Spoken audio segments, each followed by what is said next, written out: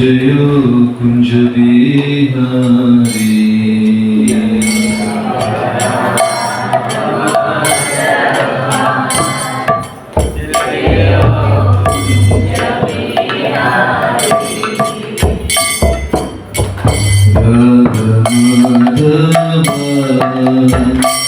जयो कुंज बिहारी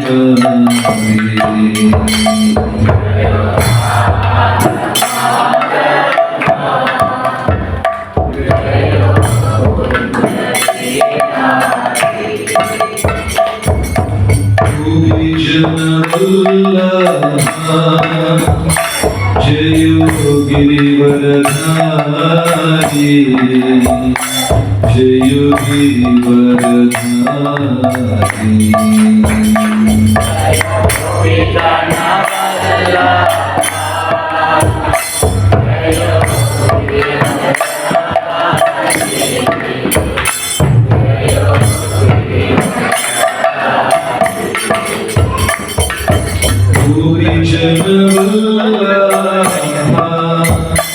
जयो गिरिवरधारी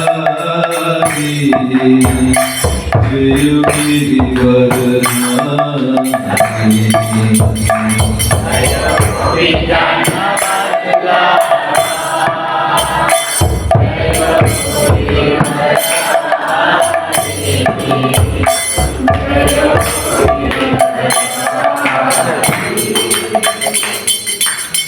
यशोदनन्दन व्रज जनरञ्जन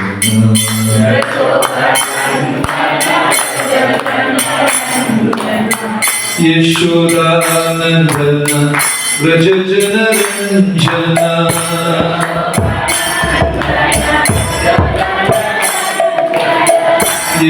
यशोदानन्दन व्रज जनरञ्जन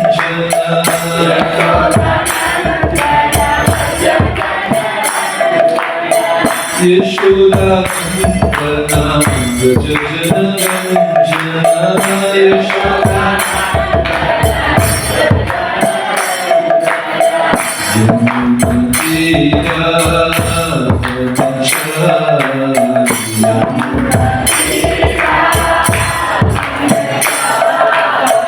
यमुना तीरा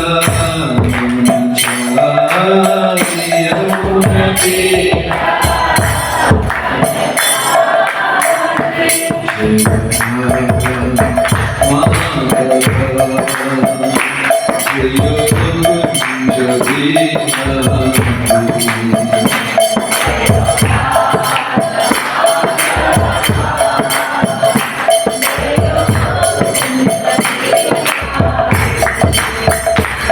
Hare Krishna, Hare Krishna, Krishna Krishna, Hare Hare, Hare Rama, Hare Rama, Rama Rama, Hare Hare, Hare Krishna.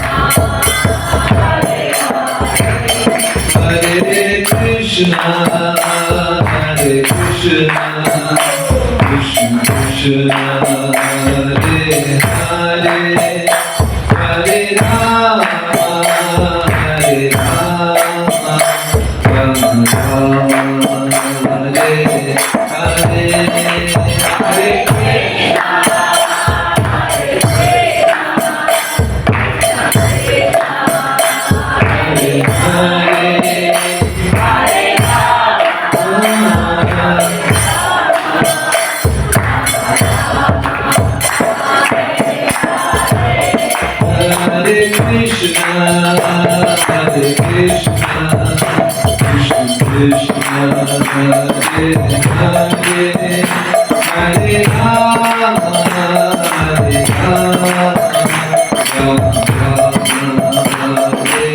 Hare Hare, Hare Krishna.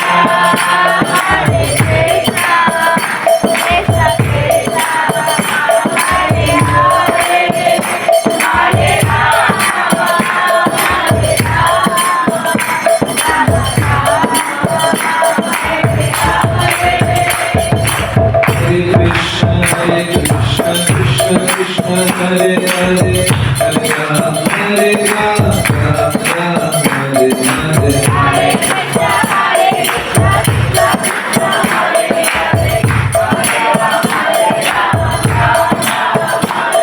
Hare Krishna, Krishna Krishna, Hare Hare, Hare Ram, Hare Krishna, Krishna Krishna, Hare Hare, Hare Ram, Hare Ram, Ram Ram, Hare Hare.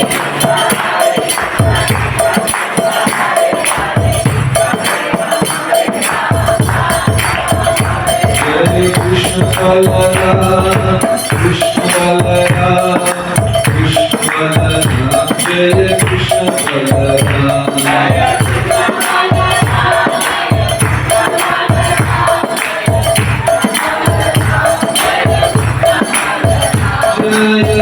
Gauranitai, Gauranitai, Gauranitai, Jaya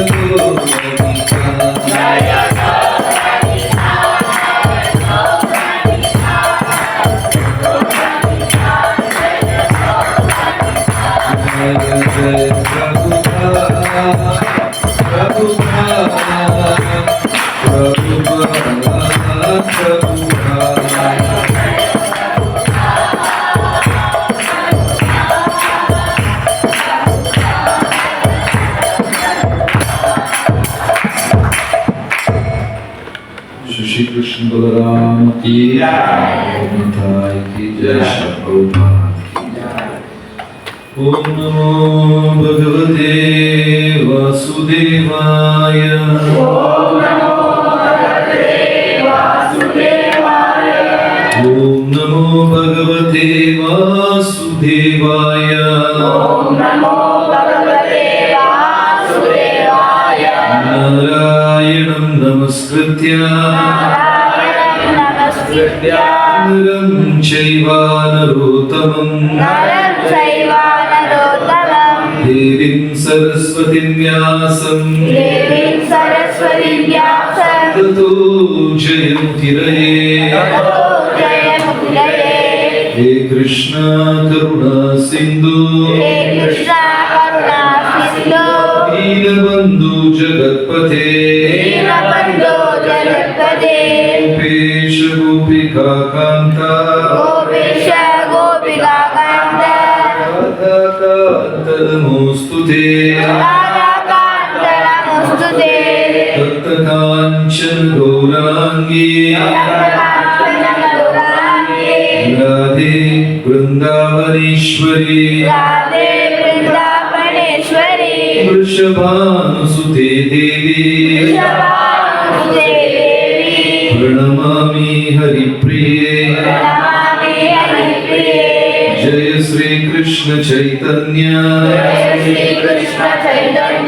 Prabhu Nityananda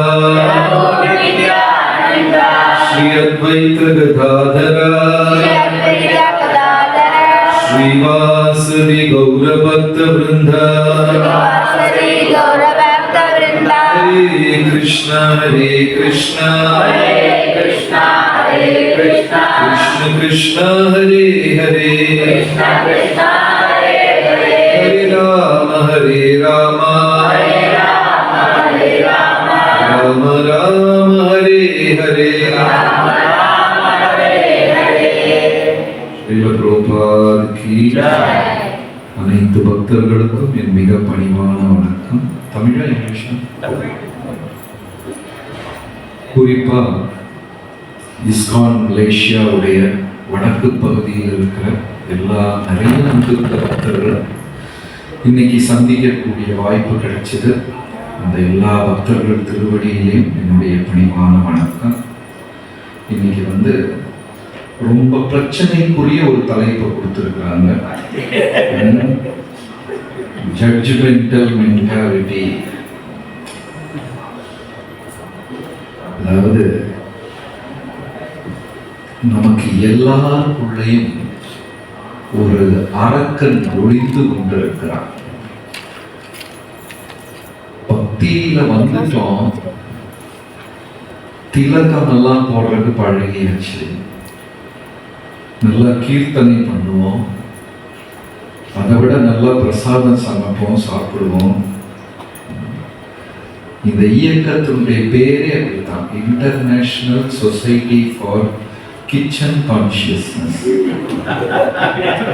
எந்த ஒரு நிகழ்வு அப்படின்னாலும் முதல்ல முடிவெடுக்கிறது என்ன பிரசாதம். அவரு தான் சொல்லிட்டு போனார், பிரசாதம் ரெடியாகிற வரைக்கும்.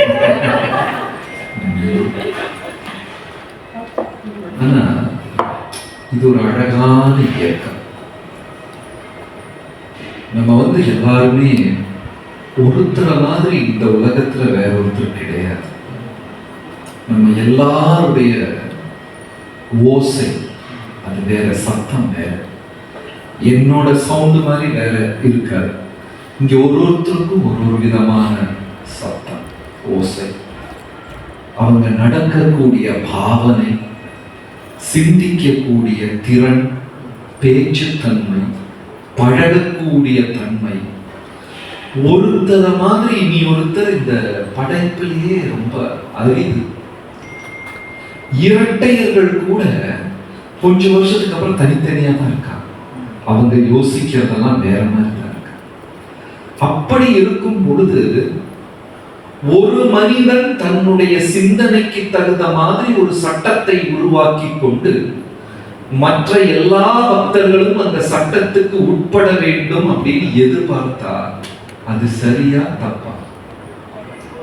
நான் என் அளவுக்கு ஒரு சட்டையை தைச்சுக்கிட்டு இந்த சட்டை தான் எல்லாரும் போடணும் அப்படின்னா நடக்குமா? நடக்காதா? நடக்கவே நடக்காது. ஆனா நம்ம என்ன எதிர்பார்க்கிறோம்? நான் நினைச்ச மாதிரி தான் எல்லாரும் சட்டையை போடணும். இந்த கிருஷ்ண பக்தியே ஒரு வெரைட்டி, ஒண்ணு மாதிரி இன்னொன்னு கிடையாது. அதுதான் இதனுடைய அழகு. எல்லாரும் பக்தர்கள் தான். இப்ப நம்ம விபீஷணர், பீஷ்மர் ரெண்டு பேரை எடுத்துக்காட்ட எடுத்து எல்லாருக்கும் தெரியும். ரெண்டு பேரை, விபீஷணன் யாருடைய தம்பி? ராவணனுடைய தம்பி. பீஷ்மர் யாரு? பாண்டவரோட தம்பி. பாண்டவன், சரி, ஓகே, பாண்டவர்களுடைய தாத்தா. ஓகே, இரண்டு பேருடைய சூழ்நிலையும் ஏறக்குறைய ஒன்றுதான். அங்க சீதா பிராட்டியை அவமானம் செய்தார்கள், இங்கே திரௌபதியை அவமானம் செய்தார்கள். சூழ்நிலை ஒன்றுதான். சீதையை அங்க அசோகவனத்துல கைது செய்து வைத்தார்கள், இங்க திரௌபதியை ஒரு அவையில வச்சு துகில் ஒழிந்தார்கள். ரெண்டுமே பெண்களுக்கு அவமானம். ஆனா அங்க விபீஷணன் என்ன செஞ்சாருன்னா, தினமும் போய் அரக்கனான ராவணனுக்கு உபதேசம் செய்வார். லங்கேஸ்வரா, அரக்கர்களின் மன்னா, நீ செய்யறது இலங்கைக்கே பெரிய அழிவு. இந்த இலங்கைன்னா ஒரு காலத்துல ஸ்வர்ண லங்காபுரி அப்படின்னு அந்த ஊருக்கு பேர். தங்கம். ராவணன் ராவணனுடைய அண்ணன் குபேரன். ராவணனுடைய அப்பாவும் குபேரனுடைய அப்பாவும் ஒரே ஆள் தான். அது ஒரு விசித்திரமான கதை. ராவணனுடைய அப்பா பேர் என்ன? ஒரு விஸ்ரவஸ் அப்படிங்கிற முனிவர். அம்மா பேர் கைகசி, அரக்கி. இந்த விஸ்ரவஸ் முனிவருக்கு அரக்கி மனைவியும் உண்டு, தேவ மனைவியும் உண்டு. தேவ மனைவியில பிறந்தது குபேரன் அண்ணன், அரக்க மனைவியில பிறந்தது ராவணன். இந்த மனைவிக்கும் தேவ கணவனும் உண்டு, இன்னொரு அரக்க கணவனும் உண்டு. அதுல பிறந்தது கரதூஷணர்கள். அது பெரிய மொத்தம் கிச்சடி குடும்பம், கொஞ்சம் குழப்பமானது. ஆனா முறைக்கு ராவணனுக்கு அண்ணன் குபேரன் எல்லாம் போய் சண்டையை போட்டு பிடுங்கிட்டு வந்துட்டார். அவ்வளவு தங்கம், அந்த புஷ்பக விமானம் எல்லாமே குபேரனோட. ஸ்வர்ண லங்காபுரி, தங்கத்தால் அமைக்கப்பட்ட இலங்கை நகரம், அதான் ஸ்ரீலங்கா. பிரபுபாதரே சொன்னாரு, அங்க நிறைய தங்கம் இருக்கு. அந்த ராவணன் என்ன பண்ணான்னா, பிரபுபாத் பாகவதத்தினுடைய உரையில எழுதியிருக்காரு, தங்கத்தை எல்லாம் அவன் ட்ரில் பண்ணி இலங்கையிலிருந்து பிரேசிலுக்கு அனுப்பிட்டான். அந்த ராவணனுக்கு ஒரு மாயா சகோதரன் உண்டு, அவன் பெயர் மகிராவணன். ஒரு கதை பிரபுபாதர் எழுதியிருக்கார். அதனால அந்த தங்கம் எல்லாம் இப்ப பிரேசில் இருக்குன்னு வேற இவர் கணிச்சிருக்கிறார். யாரு பக்கத்துல போய் தேடி பார்த்திருக்கலாம். பிரேசில்ல இருக்கு, அங்க பூரா தீவிரவாதியா இருக்காங்க. அப்போ சூழ்நிலை பாருங்க, சீதா பிராட்டியை அவமானம் செய்கிறார்கள். விபீஷணன் சென்று ராவணனிடம் முறையிடுகிறார். நீங்க செய்யறது சரி கிடையாது. சீதையை அவமானம் செஞ்சீங்கன்னா இந்த பூமியே இதை தாங்காது, வறட்சி வரும், மழை பெய்யாது, சாப்பிடக்கூட உணவு தானியங்கள் எதுவுமே கிடைக்காது. ராவணன் கேட்டாரா? கேட்க. அதேதான் இங்கேயும் நடக்குது. திரௌபதியை அவமானம் செய்கிறார்கள். பீஷ்மர் முறையிட்டு கொண்டே இருக்கிறார். கண்ணு தெரியாத மன்னா, இப்பொழுதும் உன் அகக்கண்ணை மூடி வைக்காதே, உன் மகள் அவள். இவ்வளவு பெரிய அவையில வச்சு அசிங்கப்படுத்துறீங்க, துகிலுரி, இதை விட பெரிய பாவம் ஒண்ணும் இல்லை. உன்னுடைய 100 பிள்ளைகளையும் பாண்டவர்கள் கொன்று விடுவார்கள், அவர்கள் ரத்தம் மாறாக ஓடும், ஓநாயும் கடினும் அவர்கள் அவன் உடலை தின்று பண்ண. அது திருதராஷ்டிர மன்னா கேட்க. ஆனா விபீஷணர் ராவணனை எதிர்த்து விட்டு வந்து விட்டார். பீஷ்மர் எதிர்க்காமல் அங்கேயே தங்கிவிட்டார். சூழ்நிலை ஒண்ணுதான். இப்போ யார் செஞ்சது சரி, யார் செஞ்சது தவறு? விபீஷணன் வந்து சண்டையிட்டு ராவணனை விட்டு ராமரிடம் வந்து சேர்ந்தார். ஆனா பீஷ்மர் சண்டையிட்டு அங்கேயே தங்கி விட்டார். இப்ப இதுல யார் செஞ்சது சரி, யார் செஞ்சது தவறு?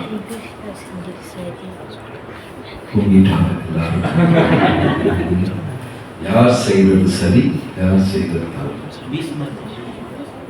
பீஷ்மர் செஞ்சது தவறு, விபீஷணர் செஞ்சது சரி. இப்போ இதுதான் ஜட்ஜ்மெண்டல் மென்டாலிட்டி.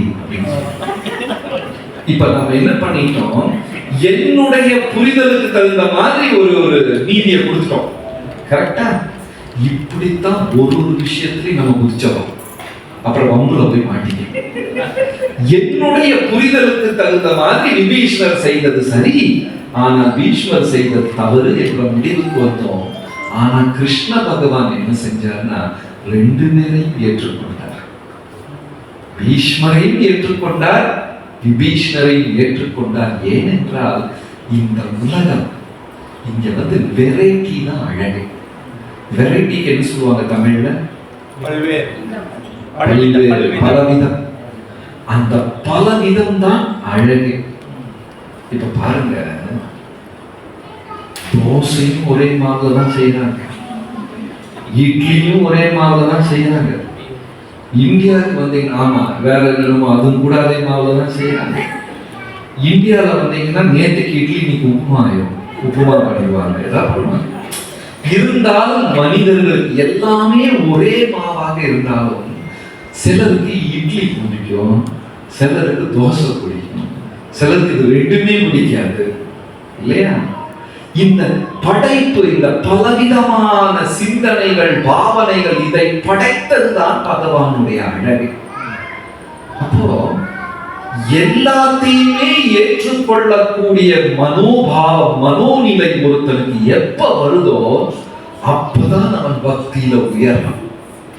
இப்ப நம்ம என்ன பண்ணிட்டோம், அந்த பிரபு நல்லவர், இந்த பிரபு பரவாயில்ல, அவ்வளவு ஓகே, இவர் சண்டைக்காரர், நம்ம முடிவு பண்ணிட்டு நம் இதயத்தின் அறையில் சிலரை அனுமதிக்கிறோம், சிலரை அனுமதிப்பது கிடையாது. உண்மையா பொய்யா? இல்லையா? ரொம்ப பிரச்சனை. ரூப கோஸ்வாமி ஐயா என்ன சொன்னாங்கன்னா, எல்லார் இதயத்திலையுமே பிரேம பக்தி இருக்கு. அது ஒரு பாக்ஸ்க்குள்ள, ஒரு பெட்டகம், ஒரு செஸ்ட், ட்ரெஷர் ஹவுஸ், ஒரு பணப்பெட்டிக்குள்ள வச்சு பூட்டி வச்சிருக்காங்க. நம்ம எல்லார் இதயத்திலும் என்ன இருக்கு? பிரேம பக்தி இருக்கு. அதை ஒரு பெட்டியில வச்சு பூட்டிட்டாங்க. பூட்டிட்டு பரமாத்மா என்ன பண்ணிட்டாருன்னா, சாவிய வேற யாரோ ஒரு இதயத்தை வச்சுட்டாரு. புரிஞ்சுதா? என் இதயத்துக்குள்ள டப்பா பெட்டி இருக்கு, அதுக்குள்ள என்ன இருக்கு? பக்தி இருக்கு. ஆனா அதை லாக் பண்ணிட்டாங்க, பூட்டி. சாவியை இனியொரு பக்தர் இதயத்துல வச்சுட்டாரு பரமாத்மா. ஆனா அது யாருன்னு நமக்கு தெரியாது. இப்ப எப்படி துறக்கிறது? எப்படி என் பெட்டியை துறக்கிறது? சாவியை வேறொரு பக்தர் இதயத்துல வச்சுட்டு அது யாருன்னு சொல்லவும் இல்லை. இப்பொழுது பெட்டியை எப்படி திறப்பது?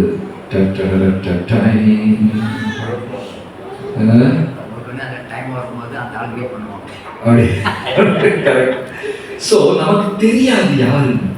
இதுல நம்ம என்ன பண்ணிட்டோம்னா எல்லார்கிட்டையும் நல்ல உறவை வச்சு அவர்கிட்ட மட்டும் சண்டை போட்டோம். போச்சுடா, சாவி அவர் கையில இருக்கு. அதாவது பாகவதத்துல ஒரு ஸ்லோகம், ஒரு லைன் இருக்கு. அந்த வார்த்தை தோஷைய திருக்கு. தோஷம் தவறுகளை பார்ப்பது, தவறுகளையே உணர்வது, மற்றவர்கள் செய்த தவறுகளை அனுபவிப்பது. இதே மனித வாழ்க்கையாக போய்விட்டது. இது நான் சொன்னா நம்ம ஒத்துக்க மாட்டோம். நம்ம அப்படியெல்லாம் கிடையாது. இருந்தாலும் நமக்கு தவறுகள் தான் பிடிக்கும். நல்லதை விட தவறுகள் தான் பிடிக்கும். இப்போ 2 தகவல் நமக்கு வருது. ஒரு தகவல், இந்த பக்கம் இருக்கிற பிரபு ஒரு வேலையில பெரிய பெரிய மேனேஜர் ப்ரமோஷன் எல்லாம் கிடைச்சு அவர் பிரசாதம் எல்லாம் கொடுக்குறாரு.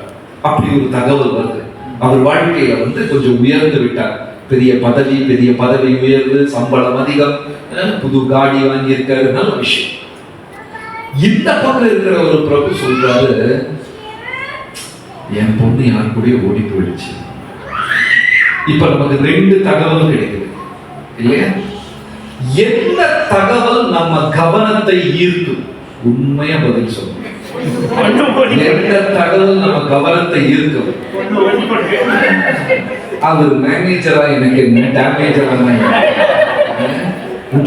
அப்படியா எதையும் நடந்தது எனக்கு கொஞ்சம் சந்தேகமா தான் இருக்கு. அப்படியே அந்த டாபிக்ல இறங்கி உண்மையா பொய்யா இல்லையா? நம்ம அரக்கனா தேவனா? அவருக்கு உள்ள தூங்கி இருக்காரு. இந்த காம்பவுண்ட்ல இருந்து வெளியே போனோம்னு எந்திரிச்சிருக்காரு. அவர் உள்ள தூங்கிட்டு இருக்காரு. அதாவது மற்றவர்கள் தவறுகளை நாம் அறியாமல் கொண்டாடுகிறோம். மற்றவர்களுக்கு நடக்கும் தோல்விகளை நாம் அறியாமல் கொண்டாடுகிறோம். ஈவன் பாருங்க, ஒரு 4 நிகழ்வு, ஈவன் ஹரே கிருஷ்ண இயக்கமே எடுத்துக்கோங்க. இப்ப இனியொரு சத்சங்கத்துல ஒருத்தர் சொல்றாரு, அவங்க ஜன்மாஷ்டமி பண்ணாங்களே அவ்வளவு சிறப்பா இருந்தது அப்படின்னு வேற சத்சங்கத்தை புகழும் பொழுது இந்த சத்சங்கத்துல இருக்கிறவங்களுக்கு மனசுல ஒரு சின்ன நெருடம், ஒரு ஊசி குத்துன மாதிரி இருக்கும். அது அங்க நிறைய டோனர்ஸ் இருக்காங்க அப்படின்னு நம்ம ஒரு சாக்கு சொல்லுவோம். உண்மையா பொய்யா? சத்சங்கத்துல கூட நம்ம பக்தர்களுக்கு மனசுக்குள்ள ஒரு போட்டி வந்து விடுகிறது. இதோட ஹைட் என்னன்னா, நான் ஒரு பக்தர் சொல்றதே கேட்டேன். அவர் என்ன சொல்றாருன்னா, எங்க டெம்பிள் இருக்கிற கிருஷ்ணா உங்க டெம்பிள் இருக்கிற கிருஷ்ணா விட அழகா இருக்காரு. மொத்தம் எவ்வளவு கிருஷ்ணா இருக்காங்க? போட்டி. தோஷைய தவறுகளை பார்ப்பது, தவறுகளை அனுபவிப்பது, மற்றவர்கள் தவறுகளை கொண்டாடுவது, இது நம்மளை அறியாமலே உள்ளுக்குள்ள செய்து கொண்டிருக்கிறோம். நம்ம செஞ்சுட்டு ஒரு கிராமத்துல எல்லாரும் மது அருந்துவார்கள், நிறைய மது அருந்துவார்கள். அப்போ ஒரு டாக்டர் சொல்றாரு, எப்படியாவது இவங்களை நல்லாக்கிடலாம் அப்படின்னு நினைச்சுக்கிட்டு 2 மக் எடுத்துட்டு, ஒரு மக்ல ஃபுல்லா தண்ணி, இனி ஒன்றுல ஃபுல்லா ஆல்கஹால் ஊத்திட்டார். 2லையும் கொஞ்சம் புழுவை போட்டுட்டார். தண்ணியிலையும் கொஞ்சம் புழுவை போட்டுட்டாரு, ஆல்கஹால்லையும் போட்டார். இந்த தண்ணியில இருக்கிற புழுவெல்லாம் எப்படி ஓடி விளையாடிட்டு இருக்கு. ஆல்கஹால் இருந்த புழுவெல்லாம் செத்து போச்சு.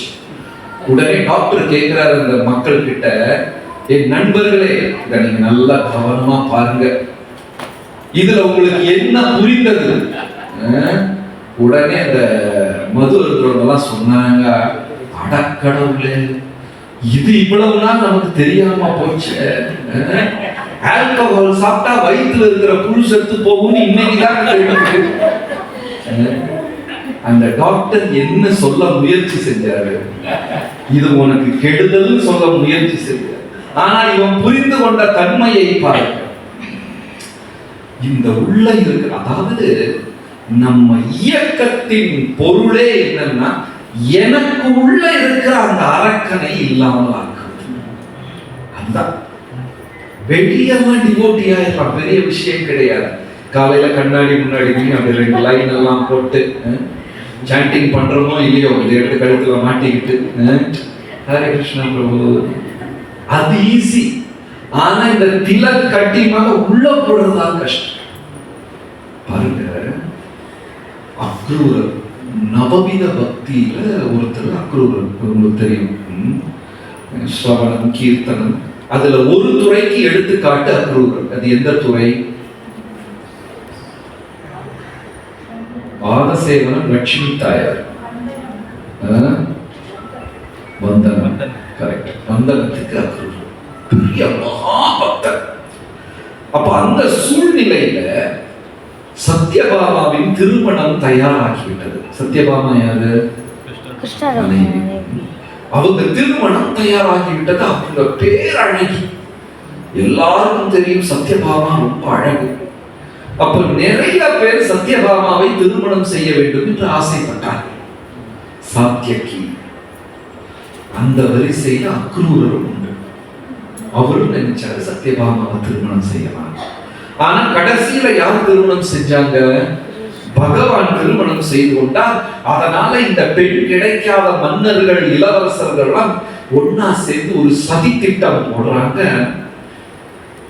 சத்யபாமாவுடைய அப்பாவை கொன்றுணும், சத்ராஜித் மன்னரை கொன்று விட வேண்டும் என்று சதி திட்டம் செய்கிறார்கள்.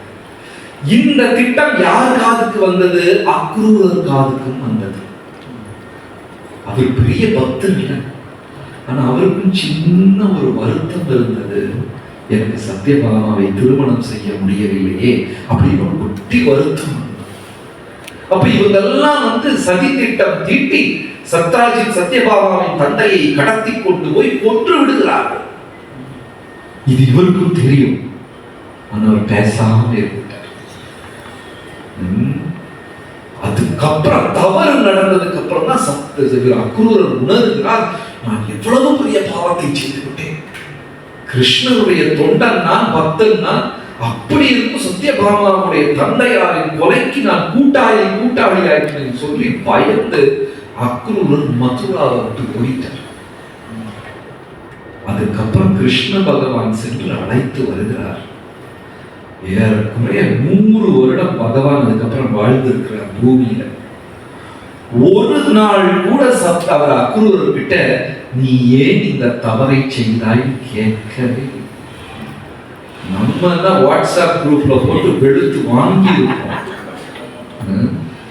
ஆனா அவர் அதை பற்றி பேசவே கிடையாது. ஒரு முறை அக்ரூரர் கிருஷ்ணரை பார்க்கும் போது இவர் ஏன் என்ன கேட்க மாட்டேங்கிறார், இவர் ஏன் எனக்கு அந்த தண்டனையை தர மாட்டேங்கிறார், இவர் என்ன தண்டிக்கலாமே அழிப்பார். ஆனா கிருஷ்ணர் பேசவே இல்லை. ஜென்டில்மேன், மறப்போம் மன்னிப்போம், அதுதான் பிரகலாதர் சொல்லி கொடுத்த பாடம். நம்மள நிறைய பேரு நமக்கு நம்ம மனசுக்கு வலி உண்டாக்கி இருப்பாங்க. கண்டிப்பா நம்மளை யாரெல்லாமோ ஹர்ட் பண்ணி இருப்பாங்க இல்லையா? மன்னிக்கிறது கஷ்டம். சரி, மன்னிச்சே விட்டுட்டோம் வைங்க, அந்த நிகழ்வை நாம் மறக்க முடியுமா? மன்னிச்சு விட்டுட்டோம், அந்த நிகழ்வை மறக்க முடியுமா? மறக்கவே முடியாது. ஆனா ஹிரண்யன் செய்த தவறுகளை, பாவத்தை பிரகலாதர் மன்னிக்கவும் செய்தார், மறக்கவும் செய்தார். அதுதான் ராமருக்கும் கிருஷ்ணருக்கும் உள்ள அழகு. ராமருக்கு எதிராக யாராவது தவறை செய்து விட்டால் ராமர் அதை மறந்தே விடுவார். சித்திரகூடத்துல ராமரை பரதன் திரும்பி அழைச்சிட்டு போக வந்த பொழுது கூட இந்த 3 அம்மாவும் வந்திருக்காங்க. யாரெல்லாம்? கௌசல்யா, சுமித்ரா, கைகேயி. கௌசல்யாவும் சுமித்ராவும் போய் அழுகிறாங்க, ராமா நீ வந்துரு, நீ இல்லாமல் அயோத்தியா தன் அழகை கெட்டு விட்டது. பிராமணர்கள் மந்திரத்தை சொல்ல மாட்டேங்கிறாங்க, பெண்கள் கீர்த்தனைகள் செய்ய மாட்டேங்கிறாங்க, குழந்தைகள் விளையாட மாட்டேங்கிறாங்க, பசுகள் கன்றுக்குட்டிக்கு பால் கொடுக்க கூட மறந்து விட்டது. எந்த வீட்டிலையுமே விளக்கு எரியல. ஒரு மூகதை, மூதேவி வாசஸ்தலம் அந்த மாதிரி இருக்கு. நீ வந்துடலாமா என்று அழுது புலப்ப. சாயங்காலம் சூரியன் மறையும் வரை அழுதார்கள்.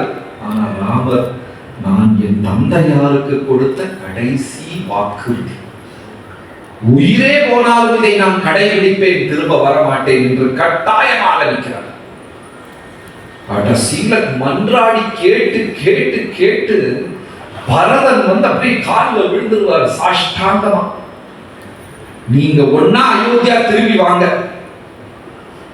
இல்லைன்னா எனக்கு கடைசி ஈமக்கிரியைகள், என் கிரியை, என் கர்மத்தை செய்து விட்டு போங்க. அவ்வளவு திடகாத்திரம், திட நம்பிக்கையுடன் பரதன் படுத்ததுனால ராமர் சொல்றாரு, சரி பரதா, உன் வார்த்தையை நான் ஏற்றுக்கொள்கிறேன், நானே அயோத்தியாவின் மன்னன். பரதனுக்கு நிம்மதியாக இருந்தது. என்னுடைய முதல் கட்டளை, நீ போய் 14 வருஷம் எனக்காக ஆட்சி செய். பரதனால எதிர்க்க முடியல. ராமர் சொல்லிட்டார், நானே மன்னன், ஆனா என் கட்டளை என்ன, நீ போய் 14 வருஷம். மாட்டிட்டார் பரதன், சரி என்று போய்விட்டார். எல்லாரும் பேசிட்டு திரும்பினாங்க. கைகேயி மட்டும் ஒரு மூலையில் நின்று கொண்டு சூடு சூடாக கண்ணீரை ஒழுக்கி அழுது கொண்டிருக்கிறார். ஏன்னா கைகேயி உணர்ந்துட்டாங்க, நான் செஞ்சது எவ்வளவு பெரிய தவறு. அந்த தவறின் விளைவுகள் என்ன? என் கணவர் உடலை விட்டார். ராமர், என் மகனை விட அதிகமாக என்னை நேசித்த ராமனும் லட்சுமணன் எல்லாம் 14 வருடம் காட்டுக்கு. சீதையை விட மென்மையான ஒரு உயிரினம் இந்த உலகத்திலேயே கிடையாது. அந்த மென்மையான சீதையை வர நான் காட்டுக்கு அனுப்பிவிட்டேனே, எனக்கு ஏன் இன்னமும் மரணம் வரவில்லை என்று அழுது கொண்டிருக்கிறார். கடைசியில ராமர் கைகேயி கிட்ட வந்துட்டு காலை தொட்டு வணங்குறாங்க. அம்மா நலமா? உடனே கைகேயி அவ்வளவு நேரம் கட்டுப்படுத்தி கொண்டிருந்த கைகேயி வெட்டிச்சு அழுகிறாங்க. ராமா, நீ எனக்கு தண்டனையை தா, நீ எனக்கு சாபத்தை தா, என்னை காட்டுக்கு அனுப்பு, எனக்கு என்ன தண்டனை கொடுத்தாலும் ஏற்க தயார். என்னுடைய பெண்ணின் புத்தி, பின் புத்தி, அந்த ஒரு நேரம் யோசிக்காம நான் எதையோ செய்து விட்டேன், மன்னிச்சிரு மன்னிச்சிரு மன்னிச்சிரு. ராமர் சொல்றாரு, உங்களுக்கும் கௌசல்யா அம்மாவுக்கும் எந்த வேறுபாடும் கிடையாது. நான் எப்படி கௌசல்யா என் தாயாரை பார்க்கிறேனோ அதே மாதிரிதான் உங்களை பார்த்திருக்கேன். நீங்க எனக்கு என்ன செஞ்சாலும் அதில் ஏதாவது நன்மை இருக்கும். தயக்கமே இல்லாமல் அரண்மனைக்கு போங்க. அந்த ஒரு எள்ளளவு கோபம் கூட யாருக்கு இல்லை? ஆனா நமக்கு யாராவது நம்மளை கொஞ்சம் ஹர்ட் பண்ணிட்டாங்கன்னு தெரிஞ்சா அடுத்த நாள் சொல்ற ஹரே கிருஷ்ணா டோனே கொஞ்சம் வித்தியாசமா இருக்கும். ஹரே கிருஷ்ணா ஹரே ஏதோ கிருஷ்ணர்கிட்ட கோபத்தை காமிச்சிட்டு அப்படியே மறந்து விட்டார் ராமர். திரும்பி போகும்போது இதெல்லாம் போறாங்க. கைகேயி இதயம் கல்லாக மாறிவிட்டது. பரத லட்சுமணன் கோபத்துல நானா இருந்தேன், அந்த பொம்பளைய கண்டத்துண்டமா வெட்டி எடுத்து சாய்வுல வீசி இருப்பேன் கோபப்படுகிறார். ராமர் சொல்வார், லட்சுமணா நீ எதுக்கு கோபப்பட? நான் என் தந்தையின் வாழ்க்கையிலிருந்து 2 பாடங்களை கற்றுக்கொண்டேன். தசரதன் வாழ்க்கையிலிருந்து என்ன 2 பாடம்? ஒண்ணு, சந்தோஷமா இருக்கும்போது யாருக்குமே வாக்குறுதி கொடுக்க கூடாது. துக்கமாக இருக்கும் பொழுது வாழ்க்கையில எந்த முடிவையும் எடுக்கக்கூடாது. இது 2ஐயும் என் தந்தையாரின் வாழ்க்கையிலிருந்து நான் கற்றுக்கொண்டேன். சந்தோஷமா இருக்கும்போது வாக்குறுதி கொடுக்க கூடாது. ஏன்? சந்தோஷமா இருக்கும்போது யாருக்கும் எதையும் ப்ராமிஸ் பண்ணக்கூடாது. ஏன்?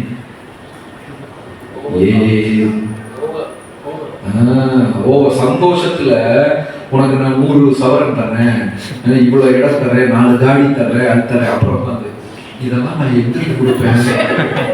சும்மா சொல்லி மாட்டிக்கிறது. 2வது, துக்கத்தில் வாழ்க்கையில எந்த முடிவும் எடுக்கக்கூடாது. தப்பு தப்பாதான். கோபம் வரும்போது முடிவெடுத்தோம்னு தப்பாதான் இருக்கும். இனி நான் படியை மிதிக்க மாட்டேன். அப்படின்லாம் சொல்லிட்டு வந்தாரு. நைட் பசிக்கும், ஐயோ இப்ப என்ன பண்றது, கோபத்துல முடிவே எடுக்கிறது கூட தப்பான முடிவுகள் தான். பக்தர்கள் வந்து ஒரு முறை ஒரு பெரிய மகாராஜா அவருடைய வகுப்புல சொல்றாரு, பக்தர்கள் என்ன முடிவு வேணா வாழ்க்கையில எடுத்துக்கோங்க, ஆனா இந்த ஹரே கிருஷ்ணால இருந்து மாறி விலகி நிற்கிற முடிவை மட்டும் எடுக்காதீங்க, அது நீங்க உங்களுக்கே தோன்ற குழி. வேற எந்த முடிவு வேணா எடுத்துக்கோங்க, நான் வேற ஊருக்கு போறேன், அந்த ஊருக்கு வேலைக்கு போறேன், இங்கே பண்ண போறேன், அதை பண்ண போறேன், இது வாழ்க்கையில என்ன முடிவு வேணா எடுத்துக்கோங்க, அதான் பிரச்சனையே கிடையாது. ஆனா எந்த முடிவை எடுக்க கூடாது, ஹரே கிருஷ்ணால இருந்து விலகி நிற்கிற முடிவு எடுக்கக்கூடாது. ஆனா சண்டை வந்தா மனசு ஃபர்ஸ்ட் என்ன முடிவு எடுக்கும், இனி அந்த பக்கமே இல்லை, அது பெரிய குடி. அது முதல் பாடம். இரண்டாவது லட்சுமணன் கோபப்படுகிறார் அந்த கைகேயி. உடனே ராமர் சொல்றாரு, எல்லாருமே நல்லவர்கள் தான், ஆனா சில நேரத்தில் அவங்க சூழ்நிலைகள் அவர்களை தவறுகள் செய்ய வைக்கிறது. ஹரே கிருஷ்ணா இஸ்கான்ல வந்தா எல்லாருமே பக்தர்கள் தான், அவங்க தீட்சை எடுக்கணும் என்று முடிவு எடுத்துட்டாங்கன்னா எவ்வளவு பெரிய தியாகம். ஆனா சில நேரம் சில சூழ்நிலைகள் காரணமாக அவர்கள் தவறுகள் செய்கிறார்கள். கைகேயியோட கதை நான் சொல்றேன், அப்ப உனக்கு புரியும் என்று கைகேயின் கதையை சொல்லுகிறார் ராமர். கைகேயி உடைய தாய் கர்ப்பிணியாக இருந்த பொழுது அந்த பிரசவத்திற்கு உதவி செய்வதற்காக வந்த செவிலி தாய் தான் யாரு, மந்தரா, கூனி, வெட்னஸ். அந்த காலத்துல எல்லாம் ஹாஸ்பிட்டல்லாம் இல்லையா, வீட்டுல தான் வருவாங்க. செவிலி தாயின்னு ஒரு பெண் வந்து அந்த வீட்டுல 3 மாதம் 4 மாதம் தங்கி அந்த கர்ப்பிணியான தாய்க்கு எல்லா பணிவிடையும் செய்து பிரசவம் பார்த்து 2-3 மாசம் நின்று அவங்களுக்கு வேண்டிய எல்லா உதவியும் செஞ்சுட்டு திரும்பி போகும்போது கொஞ்சம் அரிசி நெல் பருப்பெல்லாம் வாங்கிட்டு அப்படி ஒரு காலகட்டம். அப்படி செவிலி தாயாக வந்த பெண் தான் யாரு, கூனி மந்தரா. இந்த மன்னருக்கு ஒரு தனி சிறப்பு உண்டு. கைகேய மன்னர் என்னன்னா, பறவைகளின் மொழி அவருக்கு புரியும். பறவைகள், நீங்க பக்தி ரசாமிருத சிந்து நெக்டர் ஆஃப் டிவோஷன் அப்படிங்கிற புத்தகத்துல கிருஷ்ண பகவானுக்கு 64 கலைகள் போட்டிருக்கு பட்டியல். அதுல ஒரு கலை என்னன்னா, பகவானுக்கு விலங்குகளின் மொழி புரியும். அது ஒரு அழகு, அது ஒரு திறமை. நீங்க பாருங்க, அப்படியே எறும்பெல்லாம் அப்படி ட்ரெயின் மாதிரி போகும், ஒண்ணுக்கு பின்னால அப்படி போவோமா. முன்னாடி இருந்தும் நிறைய எறும்பு அப்படி வந்துட்டு இருக்கோம், எல்லாம் இப்படி இடிச்சுட்டு போகும். கொஞ்ச நேரத்துக்கு அப்புறம் ஒரு லட்டை தூக்கிட்டு போயிடலாம். அவங்களுக்குள்ள கம்யூனிகேஷன் இருக்கா இல்லையா, இருக்கா, நமக்கு புரியும். விலங்குகள் பறவைகள் எல்லாருக்குமே அவங்களுக்குன்னு ஒரு மொழி இருக்கு, நமக்கு தெரியாது. ஆனா கிருஷ்ணருக்கு அந்த மொழி தெரியும். கைகேய மன்னருக்கு பறவைகளின் மொழி தெரியும். ஒரு நாளைக்கு பூந்தோட்டத்துல உட்கார்ந்துட்டு இருக்கிறார் மன்னர். 2 பச்சை கிளிகள் என்னவோ பேசிக்கொண்டு இருக்கிற சத்தம், கீக்கின்னு சத்தம் வந்து இவர் பூங்காவில் உட்கார்ந்து சிரிச்சுட்டு இருக்கிறார். அதை கேட்டு உடனே ராணி வந்து கேட்டாங்க, கைகேயின் தாய் வந்து கேட்டாங்க, ஐயா என்ன தனியா பூங்காவனத்துல உட்கார்ந்து இப்படி சிரிச்சுட்டு இருக்கீங்க? ஊர் மக்கள் பார்த்தா என்ன நினைப்பாங்க, மன்னருக்கு பைத்தியம் பிடிச்சிருச்சுன்னு நினைப்பாங்க, இப்படி தனியாவா உட்கார்ந்து சிரிக்கிறது. உடனே மன்னர் சொல்றார், இல்ல அந்த கிளிகள் எவ்வளவு அழகாக பேசிக் கொண்டிருக்கிறது. உடனே ராணி கேட்டாங்க, அந்த கிளிகள் என்ன பேசுகிறது? மன்னர் சொன்னார், அது ரகசியம், அதை நான் இனி ஒருத்தருக்கு சொன்னால் என் தலை வெடிச்சு நான் செத்து போயிருவேன், அப்படிதான் எனக்கு வரம் கிடைச்சது. ராணி சொன்னாங்க, பரவாயில்ல சொல்லிட்டாங்க. அப்பதான் மன்னருக்கு புரிஞ்சது, அச்சோ நான் வேற மனைவியை மலேசியாவுக்கு கொண்டு வந்துட்டு நான் என் மரணத்தை கூடவே கொண்டு நடக்கிறேன்னு மன்னருக்கு ஒரு பயம். அப்பவே வீட்டுக்கு அனுப்பிட்டார், நீ வேண்டாமா எனக்கு. அப்ப இந்த பிள்ளைக்கு 1 வயது, யாருக்கு, கைகேயிக்கு 1 வயது. அந்த செவிலி தாயின் கையில் அந்த குழந்தையை கொடுத்துட்டு, இனி உன் வாழ்க்கை இந்த குழந்தையை வளர்த்துவது, இவள் கண்ணிலிருந்து ஒரு துளி கண்ணீர் கூட பூமியில விழக்கூடாது, நீ உன் உயிருக்கும் மேலாக இந்த கடமையை எடுத்துக்கொள்ள வேண்டும் அப்படின்னு சொல்லி கைகேயை யார் கையில கொடுத்தாங்க? அன்னையிலிருந்து மந்தரை தான் யாரை வளர்த்துனது? கைகேயி வளர்த்து. லக்ஷ்மணா ஒரு செவிலி தாய் வளர்த்தின குழந்தைக்கு அவ்வளவுதானே அறிவு இருக்கு. அந்த கைகேயி சொன்னதையெல்லாம் நீ ஒரு தப்புன்னு நினைச்சுக்கிட்டு ஆடிக்கிட்டு இருக்கிறியே. அதனால பொறுமையாக இருக்க வேண்டும். ராமர் சொல்லுகிறார், நமக்கு எதிராக யாராவது ஏதாவது சண்டை போட்டாங்க, திட்டினாங்கன்னா ஆழமாக யோசிக்க வேண்டும். அதற்கு 2 காரணங்கள் உண்டு. ஈஸ்வரா பரமகிருஷ்ண சச்சிதானந்த விக்கிரக அநாதிர் ஆதிர் கோவிந்தா இருக்கு 2 காரணம். ஒண்ணுன்னு சொன்னா போதும் இல்லையா? நம்ம மந்திரங்கள் பூரா அப்படிதான். ஓம் சாந்தி சாந்தி, ஒரு சாந்தி பத்தாதா? சர்வகாரண ஒரு காரணம் பத்தாதா? அந்த 2 காரணங்களுக்கு பல அர்த்தங்கள் உண்டு. காஸ் ஆஃப் ஆல் காசஸ் அப்படின்னு இங்கிலீஷ்ல மொழிபெயர்ப்பு. அது இங்கிலீஷ்ல நம்ம சமஸ்கிருதத்தை மொழிபெயர்க்கவே முடியாது.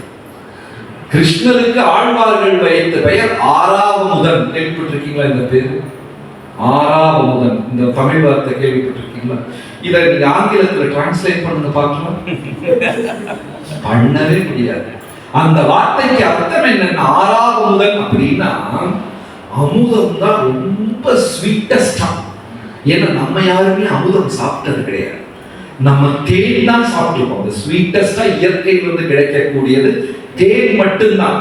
அந்த தேனின் சுவையை 1000ஆக பெருக்கினால்தான் இதோட சுவை நெக்டர். பேசுவோம் நம்ம கிளாஸ் நெக்டேர், அது என்னன்னு கூட தெரியாது. அந்த நெக்டர் கண்ணுல கூட பார்த்தது கிடையாது. பார்த்து யாராவது அமுதம் பார்த்தது இருந்தா? அதாவது தேன் தான் நமக்கு தெரியும், இனிப்பு தெரியும், அப்புறம் தேன் வரைக்கும் தெரியும். அதுக்கு மேல இனிமையான பொருள் நமக்கு இந்த பூமியிலேயே தெரியாது. அதனாலதான் பகவானுக்கு அபிஷேகம் செய்யும் பொழுது இனிப்பிலேயே வச்சு சிறந்தது என்று சொல்லி தேனை அபிஷேகம் செய்கிறோம். ஆனா அமுதம் இந்த தேனை விட 1000 மடங்கு இனிமை. ஆனா என்னன்னு தெரியாது. இப்ப இனிப்பு பிடிக்கும், எல்லாருக்கும் இனிப்பு பிடிக்கும். டயபெட்டிக் யாராவது இருக்கீங்களா? சரி, அப்படி இனிப்ப ஒரு பாயசம் வச்சுக்கோங்க. எவ்வளவு ஒரு மகு குடிப்பீங்க? எவ்வளவு குடிப்பீங்க? திகட்டுமா திகட்டாது இல்லையா? இனிப்பு எவ்வளவுதான் சாப்பிட்டாலும் திகட்டும்.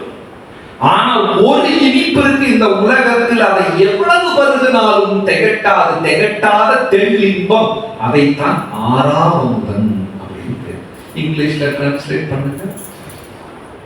செத்தாலும் முடியாது. ஏன்னா இங்கிலீஷ்ல எல்லாம் இப்படி பாவனை கற்பனையே கிடையாது.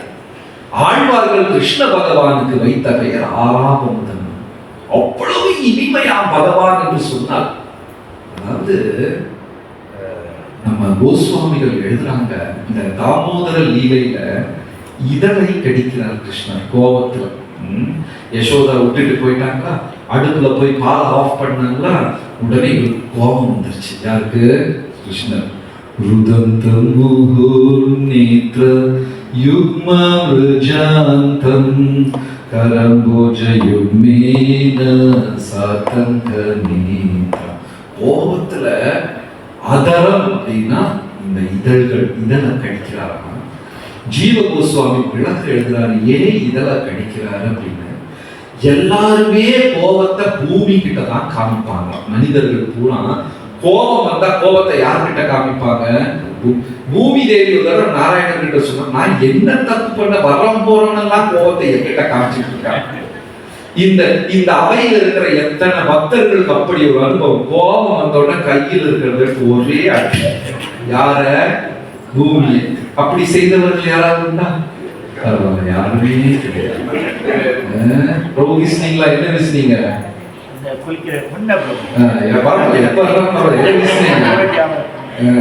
வீசினீங்க? எடுத்து ஒரே அடி. பூமி தேவி கேட்கிறாங்க, நாராயண் இவர்களெல்லாம் நான் தாங்கி கொண்டு இருக்கிறேன், நான் என்ன தவறை செய்தேன்? எல்லாருமே கோபத்தை எடுத்து எங்க காமிக்கிறாங்க? பூமியில காமிக்கிறாங்க. அப்புறம் காதால ஒரு மிதி, இதுல வேற சில தம்பதிகள்லாம் சண்டையை போட்டு பார்த்துட்டு போவாங்க சமரசம் பண்றதுக்காக. அந்த பார்க்ல போய் உட்காந்து உள்ள இருக்கிற புள்ள பூரா இந்த லீலை செய்தவர்கள் யாராவது உண்டா? அதுவும் கிடையாது. பரவாயில்லையே, இருக்கிற புள்ள பூரா பிடிக்கும். பூமி என்ன தவறை செய்தது? உலகத்தார் முழுவதும் கோபத்துல பூமி கிட்டதான் அந்த கோபத்தை காமிக்கிறாங்க. பூமிக்கு பெயர் தரணி. கேள்விப்பட்டிருக்கீங்க இந்த வார்த்தை? தரணி. தரணி என்றால் எவ்வளவுதான் என்னை நோகடித்தாலும் உன்னை நான் சுமந்து கொண்டிருப்பேன், எதையும் தாங்கும் இதயம். அதுதான் என்னது? தரணி. அப்போ கிருஷ்ணருடைய அம்மாவுக்கு பேர் யசோதரா. முழு பேர் என்னன்னா யசோதரா. எல்லா ஐஸ்வர்யமும் தரக்கூடிய மண் பூமி அப்படின்னு. அப்ப கிருஷ்ணர் யோசிக்கிறாரா, இந்த தரணியை நான் எப்படி அடிப்பேன்? போகணும், எல்லாரும் தான் செய்யறாங்க, அதனால இந்த பூமியை நான் மிதிக்க மாட்டேன், அடிக்க மாட்டேன். அதுவும் இல்லாம இந்த பூமி என் தாய்க்கு சமம், அதனால தரணியை அடிக்க மாட்டேன், அதனால என் அதரத்தை நான் கழிக்கிறேன். அதரம்னா அவர் பாட்டுக்கு வாயை கடிச்சிட்டு போயிட்டாரு. ஜீவ கோஸ்வாமி அது ஒரு கதையை எழுதுறாரு. ஏன் அவர் இதழை அப்படி ஒரு அழகா பகவான் எவ்வளவுதான் கற்பனை செய்தாலும் நினைச்சாலும் அந்த இனிமை தீரவே செய்தார். ஒரு நாளைக்கு பலராமர் கேட்கிறாரு கிருஷ்ணன் கிட்ட, கிருஷ்ணா நீ எல்லாம் கரெக்டா தான் பண்ற, ஆனா ராதாராணி யமுனையில தண்ணி எடுக்க போகும்போது மட்டும் நீ எல்லாம் தப்பா பண்றீங்க. கிருஷ்ணர் பார்த்தாரு, அச்சோ இது எப்படி பலராமருக்கு தெரிஞ்சது? ஏன்னா அதான் ஆழ்வார்கள் கோஸ்வாமி சொல்றாங்க, மதன மோகன மோகி. கிருஷ்ணர் யாரு? மதன மோகன். 1000 காமதேவர்களுக்கு மன்னர் கிருஷ்ணர். அவரையே வசியப்படுத்தி வச்சிருக்கிறாங்க. யாரு? ராதாராணி. எல்லாம் கரெக்டா செய்வாரு. ஆனா ராதாராணியை பார்க்கும்போது கையில் இருக்கிறது கீழே போட்டுருவார், கீழே இருக்கிறது மேல ஏதாவது தப்பு பண்ணுவார். யாரு? நம்ம பரமசத்தியம் கும்பிடக்கூடிய பகவான். ராதாராணி எல்லாம் கீழே போட்டுருவார். அதை கரெக்டா பலராமர் பார்த்துட்டாரு. கிருஷ்ணருக்கா வெக்கமா போச்சு. என்னடா உடனே அதை விட்டு கொடுக்கல. அவர் என்ன சொன்னார்? அப்படியெல்லாம் கிடையாதுப்பா, 14 உலகம் அண்ட சராசரங்கள் அசைவது அசையாதது 33 கோடி தேவர்கள் 8 திசைகள் இந்திரா சந்திரா வருணன் எல்லாரையும் நான் தான் கட்டுப்படுத்துறேன். ஏகாம்சேன ஸ்திதோ ஜெகத், என் சக்தியினுடைய ஒரு அம்சத்தால் உலகத்தையே. அதெல்லாம் கரெக்ட், தெரியும், எல்லாம் கரெக்ட். ஆனா ராதாராணியோட போது என்ன கேட்கப்பட்டாரு? கிருஷ்ணர் ஒத்துக்கிட்டு முடியவே. சரி, அப்படின்னா நாளைக்கு ஒரு பந்தை. என்ன? ராதாராணி யமுனையில தண்ணி எடுக்க போகும்போது நீ தவறே செய்யாம பசுமாட்டில பால் காப்பாடு. கிருஷ்ணர் ஓகே டி பிக்ஸ் பண்ணிட்டாங்க. அடுத்த நாள் காலையில அன்னைக்கு பூரா கிருஷ்ணர் தூங்கவே இல்லை. ஏன்? அவருக்கு திரும்பி தப்பு பண்ணுவார். அடுத்த நாள் சரியான நேரம் விட்டது. கோபர்கள்லாம் வெயிட் பண்ணிட்டு இருக்காங்க பார்க்கறதுக்கு. இந்த செய்தி கோபிகைகள் காதுக்கும் போயிடுச்சு. அவங்களும் நிக்கிறாங்க. என்றைக்கும் போல் ராதாராணி யமுனை ஆற்றுல தண்ணி எடுக்க போகும்போது கிருஷ்ணர் ஃபுல் ஃபோக்கஸ், ஃபுல் அட்டென்ஷன், வேற கவனமே சிதறக்கூடாதுன்னு பால் கறக்கிறார். பலராமர் என்ன பண்றாரு? வயிற்று அடிச்சுக்கிட்டு சிரிச்சுக்கிட்டு தரையில உருண்டு சிரிக்கிறாரு. கோபர்கள்லாம் சிரிக்கிறார். கிருஷ்ணன் கேட்டா, என்ன என்ன என்ன நான் கரெக்டா தான் எல்லாம் செய்யறேன். பலராமர் சொல்றாரு, கிருஷ்ணா நீ பசு மாட்டுல பாலை கறக்கல, காள மாட்டுல பாலை. இப்போ கேள்வி ஆச்சாரியர்கள் கேட்கிறது, கிருஷ்ணன் என்ன அவ்வளோ பெரிய முட்டாளா? கிடையாது. இதுக்கு எல்லாத்துக்குமே காரணபூதன் அவர்தான். இருந்தாலும் தன் பக்தர்கள் சிரிப்பதற்காக தன்னைத்தானே ஒரு படி கீழே கொண்டு போய்க்கிறார். அதேதான் ஹனுமான் செஞ்சார். ஒரு நாளைக்கு சீதா பிராட்டி மாலை போடுறாங்க, கம்மல் போடுறாங்க, அதை போடுறாங்க, இதை போடுறாங்க. உட்கார்ந்துட்டு ஹனுமான் பார்த்துக்கிட்டே இருக்கிறார். திடீர்னு சீதா பிராட்டி என்ன பண்றாங்க? கொஞ்சம் குங்குமம் எடுத்து தலையில வைக்கிறாங்க. ஹனுமான் கேட்கிறார், தேவி இதை எடுத்து தலையில வச்சிருக்கீங்க. அப்ப ஒரு ஹனுமான் கிட்ட இதை பத்தி, ஹனுமான் பிரம்மச்சாரி, அவர்கிட்ட போய் தாம்பத்தியத்தை பத்தி என்னத்தை விளக்குறது? சீதா தேவி சொன்னாங்க, இந்த குங்குமத்தை வச்சா ராமருக்கு பிடிக்கும்னு சொன்னாரு. இவரு சரி போயிட்டார். அடுத்த நாள் பெரிய அவை, அயோத்தியாவுடைய அவை, கோசல நாடு.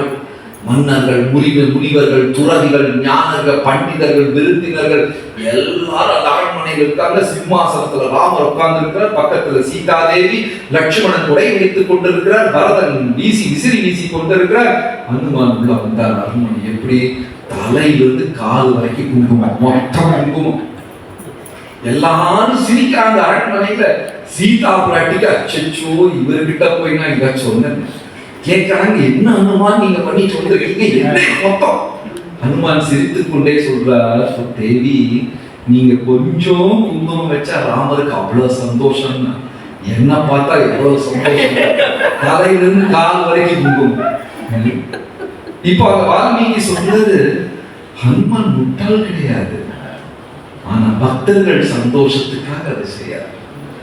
பக்தினா ஒரு திறந்த மனம், யாருக்கு வேணா உள்ள வரலாம் போல. நம்ம கதவு சாத்தி இருக்கு. நம்ம ஒரு பிரபு ஒரு மாதாஜி மட்டும் தான் உள்ள விடுவோம். அது பாதிதான் திறப்பு வச்சு, அது வரும்போதே அவங்க கையை வெட்டி காலை வெட்டி நம்ம சைஸ்க்கு தகுந்த மாதிரி ஃபிட் பண்ணுவோம். எல்லாமே ஏற்றுக்கொள்ளக்கூடிய மனம் அது உயர்ந்த பக்தர்களுக்கு வரும். பக்தியில உயர உயர உயர உயர யாராவது திட்டுனாலும் ஒண்ணுமே வராது. அதே நேரத்துல அமானீனமானதேனா எல்லாருக்கும் அந்த நன்மையை செய்ய வேண்டும், ஆனால் ஒன்றுமே எதிர்பார்க்க கூடாது. மத்தவங்க என்ன புகழ்படுத்தணும், அப்ரிஷியேட் பண்ணணும், ரெகக்னைஸ் பண்ணணும், அதெல்லாம் எதிர்பார்க்கவே கூடாது. இப்ப நம்ம கூட சில நேரம் பக்தர்களை, பிரபு மத்தஜி நீங்க சமைச்சீங்களே சமையல் செம்மையா இருந்தது, நீங்க பண்ணுன இந்த சேவை நல்லா இருந்தது.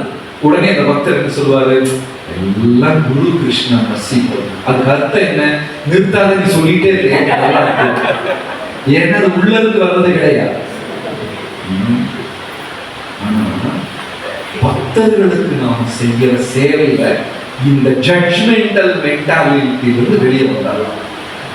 இப்போ ராமாயணத்துல ஒரு விளக்கம் சொல்லியிருக்காங்க. லக்ஷ்மணா என்ற வார்த்தைக்கு பொருள், லக்ஷ்மணா என்ற வார்த்தைக்கு ஏகப்பட்ட அர்த்தம் இருக்கு.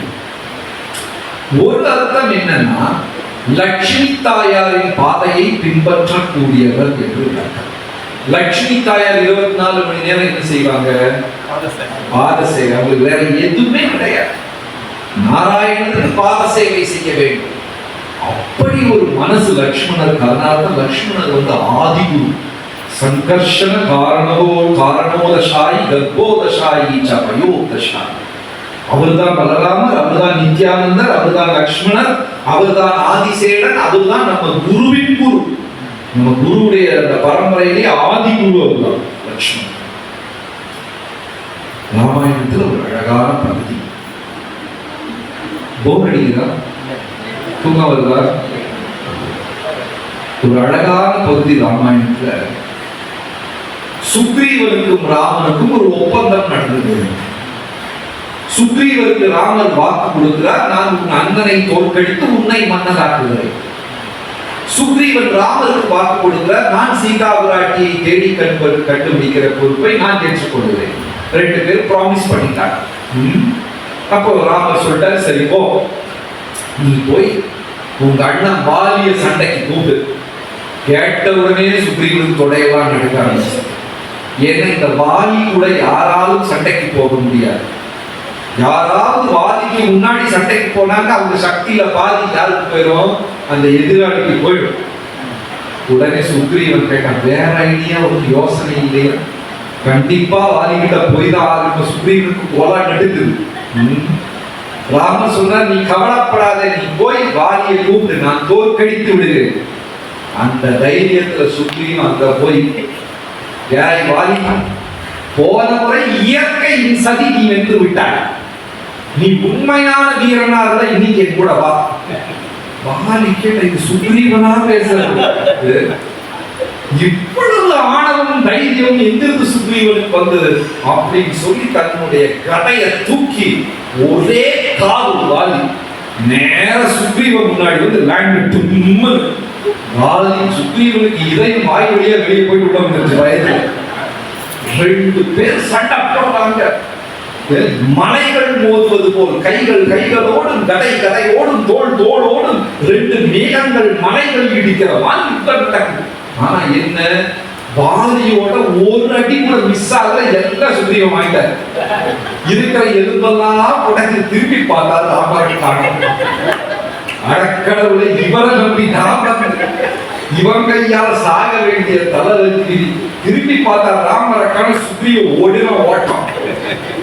அங்க போய் குகைக்குள்ள போனா ராமர் உட்கார்ந்து இருக்கிறார். பிரபு என்ன நீங்க உங்களுக்கு முடியலன்னு நீங்க சொல்லிருக்கீங்க, இல்ல வாலிய பார்த்தா பயமா இருக்குன்னா அதையாவது சொல்லிருக்கீங்க, என்ன கொலைக்கு கொடுத்துட்டு வந்திருக்கீங்க. உடனே ராமர் சிரித்துக் கொண்டே சொன்னார், சுக்ரீவா நீங்கள் இரட்டையர்கள், வாலியும் சுக்ரீவன் இரட்டையர்கள், பார்க்க ஒரே மாதிரி இருந்தீங்க, எனக்கு அடையாளம் தெரியல. இந்த கதையை ராமானுஜர் சொன்ன பொழுது அவருடைய சீடர்கள் கிளாஸ்ல தேங்க்யூ வெரி மச் நடக்க ஆரம்பிச்சிட்டாங்க. ராமானுஜர் கேட்கிறாரு, ஏன் வகுப்புல பாதியில நடக்கிறீங்க? அப்புறம் என்ன ராமருக்கு அடையாளம் தெரியல, பின்ன யாருக்கு அடையாளம்? அவர் நம்பி வேற நாங்க டெய்லி ஜெபிச்சுட்டு இருக்கிறோம். கடைசியில சாகர நேரத்துல பகவான் வந்து உன்னை அடையாளம் தெரியலன்னு சொல்லிட்டு ஆச்சாரியர்கள் எதிர்த்து நடக்க ஆரம்பிச்சிட்டாங்க. இது நாங்கள் இந்த கருத்தை நாங்கள் ஏற்றுக்கொள்ள மாட்டோம். பகவானுக்கு அந்த என்ன அடையாளம் தெரியல, பின்ன இந்த உலகத்துல யாருக்கு அடையாளம் பாப்பா? எந்திரிச்சு நடந்துட்டாங்க. எங்களுக்கு வேண்டாம், இந்த பஞ்சாயத்தை வேண்டாம்னு போயிட்டாங்க. நாங்கள் இந்த கருத்தை ஒப்புக்கொள்ள மாட்டோம். அப்ப ராமானுஜர் சொல்றாரு, இதுக்கு உண்மையான விளக்கம் வேற. என்னது? முதல் தடவையா ராம லக்ஷ்மணர்கள் வந்து சுக்ரீவனை பார்க்க வந்த போது சுக்ரீவனுக்கு அவ்வளவு சந்தோஷம், ராமரை பார்த்த சந்தோஷம். வாங்க வாங்க அப்புறம் உட்காருங்க அப்படின்னு சொல்லி இருப்பிடம் தயார் செய்கிறார். தின்பதற்கு பழங்கள், குடிப்பதற்கு நீரும் எல்லாம் கொண்டு வந்து விசிறி வீசி கொண்டு சேவையாக சென்று கொண்டிருக்கிறார். ஆனா லட்சுமணனை மறந்து விட்டார். தண்ணி கூட போது. கிருஷ்ணர் என்ன சொல்றாரு? என் பக்தர்கள் என் பக்தர்கள் அல்ல, என் பக்தர்களின் பக்தர்களின் பக்தர்களின் பக்தர்கள் தான் என்னுடைய பக்தர். என்ன சேவை செய்யறவங்க பக்தர்கள் கிடையாது, என் பக்தர்கள். கோபி பக்த பத கமலையோ தாச தாச தாசா 4 முறை சொல்ற சைத்தன்ய மகாபிரபு. இதுல குலசேகர பெருமாள், குலசேகர ஆழ்வார் என்ன சொல்றாரு? முகுந்தமாலா ஸ்தோத்திரத்துல त्वत्प्रत्य भृत्य परिचारक भृत्य भृत्य भृत्तस्य भृत्य इति मां स्मर लोकनाथ. 7 தடவை சொல்றார். உங்கள் சேவகனின் சேவகனின் 7 முறை சொல்றார். சுக்ரீவன் எனக்கு உபசாரம் பண்ணலாம், அது பெரிய விஷயம் இல்லை. யாரை மறந்து விட்டார்? லட்சுமணரை மறந்துட்டாரு. அதனால இப்ப என்ன செஞ்சார்? ஒரு தடவை நீங்க அடி வாங்கிட்டு அந்த பாவம் என் பக்தன், என்னுடைய சீடன், என் தம்பியை நீ வந்து கவனிக்கல. ஒரு தடவை போய் சொல்லி வாலிக்கிட்ட அடிமை போயிட்டார். அப்புறம் சொல்றாரு ராமர், சரி பரவாயில்ல, நீங்க இரட்டையர்கள் எனக்கு வந்து அது சரியாக தெரியவில்லை, அதனால நீ ஒண்ணு பண்ணு சுக்ரீவா, நீ மறுபடியும் சென்று வாலியை போய் போருக்கு அடை. சுக்ரீவ சொன்ன வேண்டதே வேண்டாம், நான் போல. உடனே ராமர் சொன்னார், சுக்ரீவா நீ கவலைப்படாதே, லக்ஷ்மணா அந்த மாலையை எடுத்து சுக்ரீவன் கழுத்துல போடு அப்படின்னா. உடனே லக்ஷ்மணனுக்கு எதுவுமே தெரியாது, பிரச்சனையே அவரை சுத்திதான் நடக்குது. ஆனா லக்ஷ்மணனுக்கு தெரியாதுதான் பிரச்சனை. அவர் என்ன பண்ணாரு? மாலையை தூக்கி கழுத்துல போட்டா. அப்ப என்னாச்சு? அந்த அபராதம் நிவர்த்தியானது. 2வது ராமர் போய் சுக்ரீவனை காப்பாற்ற. இது ஒரு அழகான சயின்ஸ். நம்ம பயிற்சி செய்யறோம் இல்லையா, இது ஒரு அழகான சயின்ஸ். இதுல போட்டு என்னன்னா எனக்கும் என் மனசுக்கு தான் போட்டு. ஏன்னா இந்த மனசு இருக்கு நல்லா தான் இன்னைக்கு பேசி சிரிச்சுட்டு வீட்டுக்கு போகுது. காலையில அவரை பார்த்த உடனே மனசு சொல்லு, நீ சிரிக்காது, அவர் சிரிச்சா சரி, நீ ஃபர்ஸ்ட் சிரிக்காது, அவர் சிரிக்க அப்புறம் சரி. இது உங்க வாழ்க்கையில நடக்குதா? உண்மையா பிரச்சனை நல்லா தானே போச்சு இல்லையா? அடுத்த நாள் மனசு நீ ஃபர்ஸ்ட் போய் சிரிக்காது, நீ ஃபர்ஸ்ட் போய் ஹரே கிருஷ்ணா சொல்லாத, அவர் பார்க்கறாருன்னு பார்த்து சைட்ல வா, நம்ம சைடு பார்க்கறாரு. உறங்கு. என் எதிரி வெளியே எங்கேயுமே கிடையாது, என் எதிரி எனக்குள்ளதான். ஹரே கிருஷ்ணா. நன்றி, வணக்கம். ஏதாவது சந்தேகம் கேள்விகள் இருந்தா கேட்கலாம். நல்லா மழை பெய்யுது, அதெல்லாம் ஒரு கேள்வியா? அவர் சொல்லிட்டு போயிட்டார். அவனுக்கு தூங்கி விட்டார் அகப்பட்டவன் நான் அல்லவா. சரி, ஏதாவது சந்தேகம் கேள்வி இருந்தா கேட்க.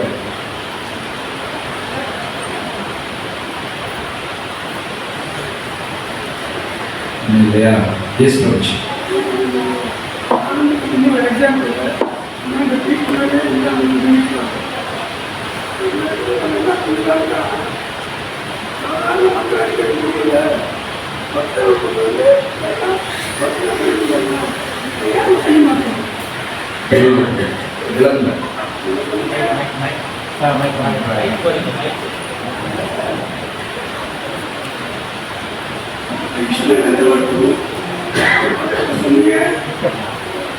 டிஃப்ரெண்ட். அவருடைய விஸ்வருக்கும் விஸ்வனுக்கும் ஒரு வித்தியாசம். அவங்க செய்யறது ஒன்றுதான். ஆனால் பக்தர் தெரியும் பாருங்க, பக்தர் எல்லாரும் சரி பக்தர் வரல நீ விட்டு வந்தாரு கேட்டு பாருங்க. பக்தர்கள் ஏன் வந்து இருக்க மாட்டாங்க? என்ன காரணம்?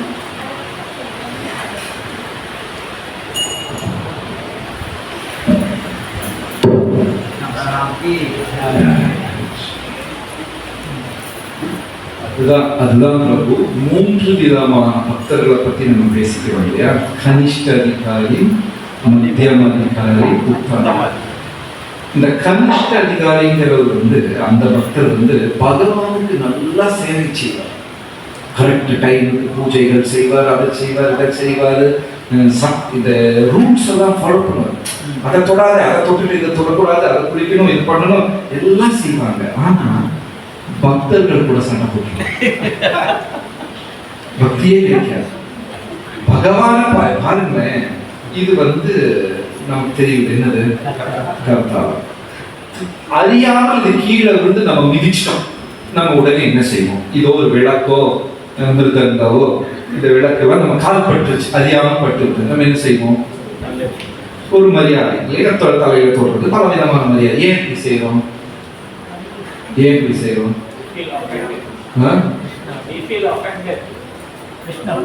Why? Because we have done a mistake. What kind of mistake? We have done in connection with this. Even you kartava midichtinga, what kind of mistake you have done? accidentally. Yes. பகவானுடைய சேவையில் இருக்கக்கூடிய இந்த பொருளை மிதிச்சிட்டோம். Right?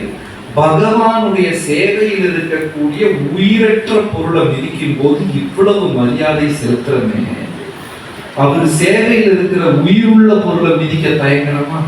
போட்டவனை மிதி இல்லையா? இதை respect பண்றதை விட how many times more we should respect a soul in the service of God. இதை பலராமராக நம்ம பார்க்கிறோம். ஏன்னா கிருஷ்ணருடைய சேவையில் இருக்கு. பக்தர்களும் அப்படித்தானே இல்லையா? அத கனிஷ்ட அதிகாரிக்கு புரியாது. அந்த ஃபர்ஸ்ட் டைம் அந்த ஜானகி பிரபுபாதர் இருக்கும்போது, பிரபுபாதர் அந்த குலாப் ஜாமுன், அந்த இஸ்கான் புல்லட் அவர் செஞ்சுக்கிட்டு இருக்கிறாரு. இந்த அம்மா கையில சுருட்டு, சிகரெட்டு கூட கிடையாது. அது என்னது? சிகார், சுருட்டு. எல்லாரும் பார்த்துருக்கீங்களான்னு கூட தெரியாது. சிகார், ஒரு கையில சிகார், இன்னொரு கையில மாவு பேசுறாங்க. ஊதிட்டு மாவு பேசுறாங்க. இதை விட வேடிக்கை என்னன்னா, ஷியாம சுந்தர் பிரபு முதல் முறையா ஜெகநாத் விக்கிரகத்தை வடிவமைக்கிறார். பொத்திக்கிட்டே இருக்கிற போக்கஸ் சரியா பத்த வச்சு 2 இழு ஜெகநாதர் தலையில சிகரெட்டு தீப்பெட்டி எல்லாம் வச்சு பொத்திக்கிட்டு அவங்களுக்கு தெரியல. பிரபுபாதர் வந்தாரு, இந்த அம்மா சுருட்டை குடிச்சிட்டு மாவு பிசைஞ்சுக்கிட்டு இருக்கு. பிரபுபாதர் எதுவுமே சொல்றாரு. கையிலிருந்து அந்த சுருட்டை எடுத்து டஸ்ட்பின்ல போட்டு சொன்னாரு, you are cooking for the purest person, you should be as pure as possible. புனிதமான ஒருத்தருக்காக நீங்க சமைக்கிறீங்க, எவ்வளவு சுத்தபத்தமா இருக்கணுமோ. சிகார் பிடிக்க கூடாதுன்னு சொல்ல. ஆனா அந்த அம்மா சொல்றாங்க, that was the last cigar ever I have smoked. அதுக்கப்புறம் நமக்கு பிடிச்சதே அந்த அன்பு. நம்ம எப்படி பிரச்சாரம் பண்ணுவோம்? சிகரெட் எப்படி நரகத்துக்கு போய் அது சொன்னாலே அர்த்தம் என்ன? எனக்கு கிடைக்கல, உனக்கு மட்டும் கிடைச்சதா? அந்த சில நேரத்தில் ஏகாதசிக்கு யாராவது தவறுதலா தானியத்தை ஏகாதசிக்கு தாங்க, அதுக்கு அர்த்தம் என்ன? நான் பட்டு நீ மட்டும் திங்கறியா அப்படின்னு. பகவானாலே மதுரம், அதரம் மதுரம், நயனம் மதுரம், வசிதம் மதுரம், கமனம் மதுரம், ஹிருதயம் மதுரம், மதுராதிபதே அகிலம் மதுரம். அவ்வளவு இனிமை. அப்போ இந்த கனிஷ்ட அதிகாரிக்கு அந்த வேறுபாடு தெரியாது, எல்லாத்துக்கூட சண்டையை போட்டுட்டு இருக்காது. அவங்க பகவான் கரெக்டா சர்வ் பண்ணுவார், ஆனா பக்தர்கள் கூட சண்டை போடுவார். மத்தியம் அதிகாரி பக்தர்கள் கூட சண்டை போட மாட்டார், நல்ல பிரீச்சிங் பண்ணுவார். ஆமா, அவரிலும் பிழை இருக்கு. சின்ன சின்ன தவறுகள், ஒரு விளக்க பார்த்தா சுத்தி எரிய வச்சோம்னா சுத்தி அது கீழே நிழல் இருக்கத்தான் செய்யும். தவறே இல்லாத தூய பக்தர்கள் கலிகாலத்துல ரொம்ப கம்மின்னு வச்சுக்கோங்க, இல்லைன்னே வச்சுக்கோங்க. ஏதாவது ஒரு தவறு மனிதர்கள் இருக்கத்தான் செய்யும். ஏன்னா உத்தம அதிகாரிகள் பிரச்சாரத்துக்கு வரமாட்டாங்க. உத்தம அதிகாரிகள் உயர்ந்த தூய பக்தர் அவங்க பிரச்சாரம் பண்ண முடியாது. ஏன்னா அவங்க வந்தவங்க என்ன பாக்குறாங்க? உங்க இதயத்துல இருந்து பரமாத்மாவை பாக்குறாங்க. பார்த்த உடனே ஐயோ பிரபு உங்க காலம் உங்க அப்புறம் பிரச்சாரம் பண்றாங்க. அந்த தூய பக்தர்கள் வந்தாங்கன்னா கருத்தாளம் எடுத்து வச்சு ஜெயராதாமா கண்ணு தனித்தனியா ஒரு பாடம். அது வந்து பிரபுபாதருக்கு நடந்திருக்கு, பக்தி சித்தாந்தருக்கு நடந்திருக்கு. ஒரு தடவை பக்தி சித்தாந்தர் ஜெயராதா மாதவ பாடிக்கிட்டே இருக்கார், கருத்தாளத்துக்கு ஒரே பீஸ். கிளாஸ்ல இருக்கவங்க நம்ம தலையை ஏண்டா வீசுறாரு அப்படின்னு பயந்துட்டாங்க. அப்புறம் கிளாஸ் எல்லாம் முடிஞ்சிட்டு பக்தர்கள் போய் கேட்டாங்க, என்னாச்சு, ஏன் கருத்தால வீசுறீங்க? இவர் கிளாஸ் எடுக்கிறது மாயப்பூர்ல நவத்வீப்ல. சொல்றாரு, பிருந்தாவனத்துல நம்ம பூந்தோட்டத்துல பசுமாடு உள்ள வந்துருச்சு அப்படிங்கிறார். இவர் கிளாஸ் எடுக்கிறது எங்க? நவதீப் மாயப்பூர். பசுமாடு பூந்தது எங்க? அப்புறம் பக்தர்கள் கேட்டு தெரிஞ்சுட்டாங்க, அப்படி ஒரு மாடு வந்துதான். சொன்னாங்க, ஆமாயா, ஒரு மாடு வந்து இந்த செடியை பூரா தின்னு கெட்டு போச்சு அப்படின்னு. பாருங்க, இவர் இங்க உட்கார்ந்து ஜெயராதா மாதவ பாடினாலும் எதை நினைச்சுக்கிட்டு இருக்கிறார்? வேற ஒரு முறை பிரபுபாதர் ஜெயராதா மாடு பாடி பாதியில வந்து தொண்டை அடைச்சு கண்ணு குளமாய் கண்கள் நீர் வந்து மெய் சிறுத்து பாதியில கிளாஸ்ல எதிர்த்து போயிட்டார். உத்தம அதிகாரிகளுக்கு பிரச்சாரம் பண்ண முடியாது. சில பிரபுபாதருடைய உயர்ந்த சீடர்கள், நம்மளுடைய குருநாதர்கள் எல்லாருமே அவங்களுடைய பாவத்தை கட்டுப்படுத்தி கொண்டு வந்து பிரச்சாரம் செய்து கொண்டிருக்கிறார். ஆனா மற்ற நம்ம எல்லாம் அதுக்கு கீழதான், எல்லாம் அதுக்கு கீழதான். எல்லாருமே குற்றம் குறைகள் இருக்கத்தான் செய்யும். அப்படி நம்மெல்லாம் தூயவர்கள் கிடையாது. தூயவராக ஜபம் எடுத்து வச்சா கண்ணு தண்ணியில இருக்குங்க. இப்ப தண்ணியெல்லாம் வரலையே. அதனால மத்தியம் அதிகாரிகள் தான் நம்மள நிறைய பேர் இருக்காங்க. ஆனா அவர்கள் பகவானுக்கு ரொம்ப பிடிக்கும். சிறு சிறு தவறுகள் மனிதர்கள் வாழ்க்கையில் இருந்தால் பகவான் பொருட்படுத்த மாட்டார். காலப்போக்கில் எல்லாம் சரியாயிடும். எக்ஸாம் இன்னைக்கோ நாளைக்கோ கிடையாது.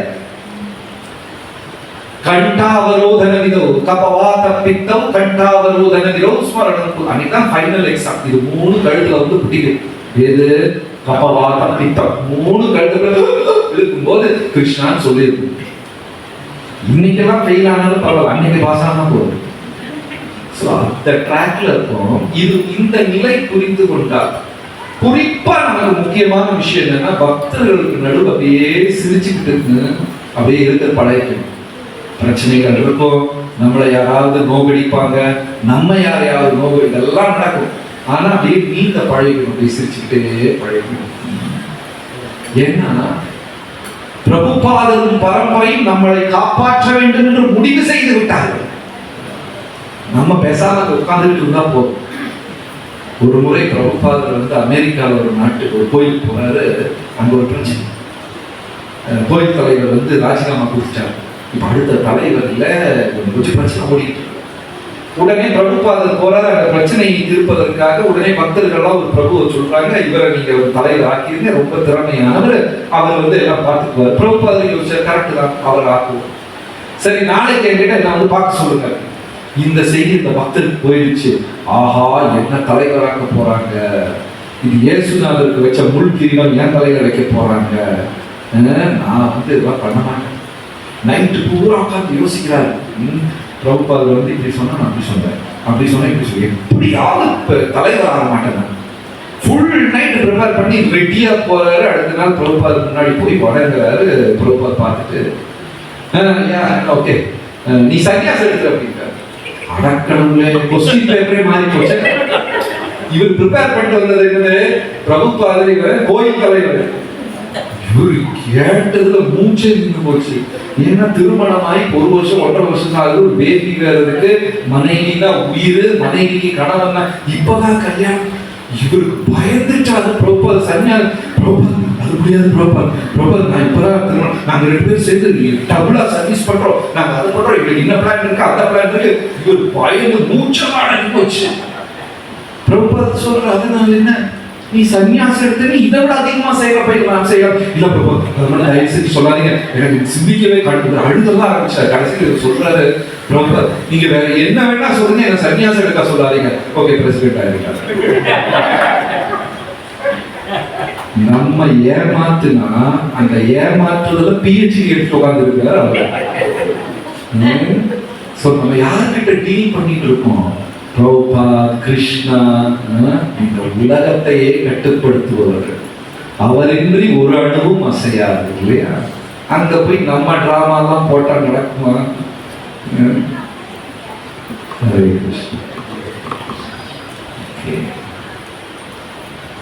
பிரபுபாத் கி ஜெய்.